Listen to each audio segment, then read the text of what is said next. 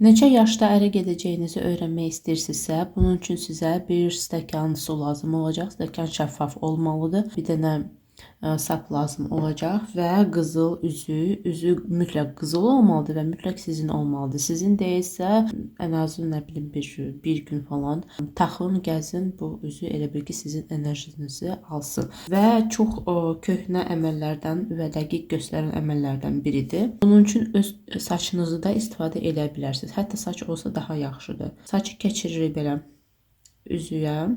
Neçə yaşınız varsa, o qədər də suya salırıq. Amma suya dibinə dəymədən, yəni salmaq lazımdır üzüyü.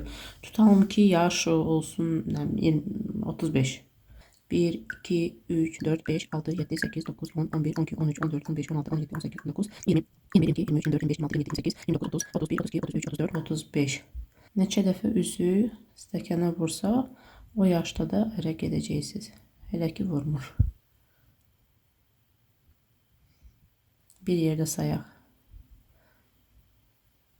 1, 2, 3, 4, 5, 6, 7, 8, 9, 11, 12, 13, 14, 15, 16, 17, 18, 19, 20, 21, 22, 23, 24, 25, 26, 27, 28, 29, 30, 31, 32, 33, 34, 35,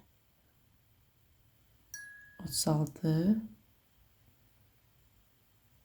və gördüyünüz kimi üzü yavaşladı və durdu. Sınayın, baxın, şərhlərdə yazın kim eləyibsə və kimdə düz çıxıbsa, birlikdə öyrənək.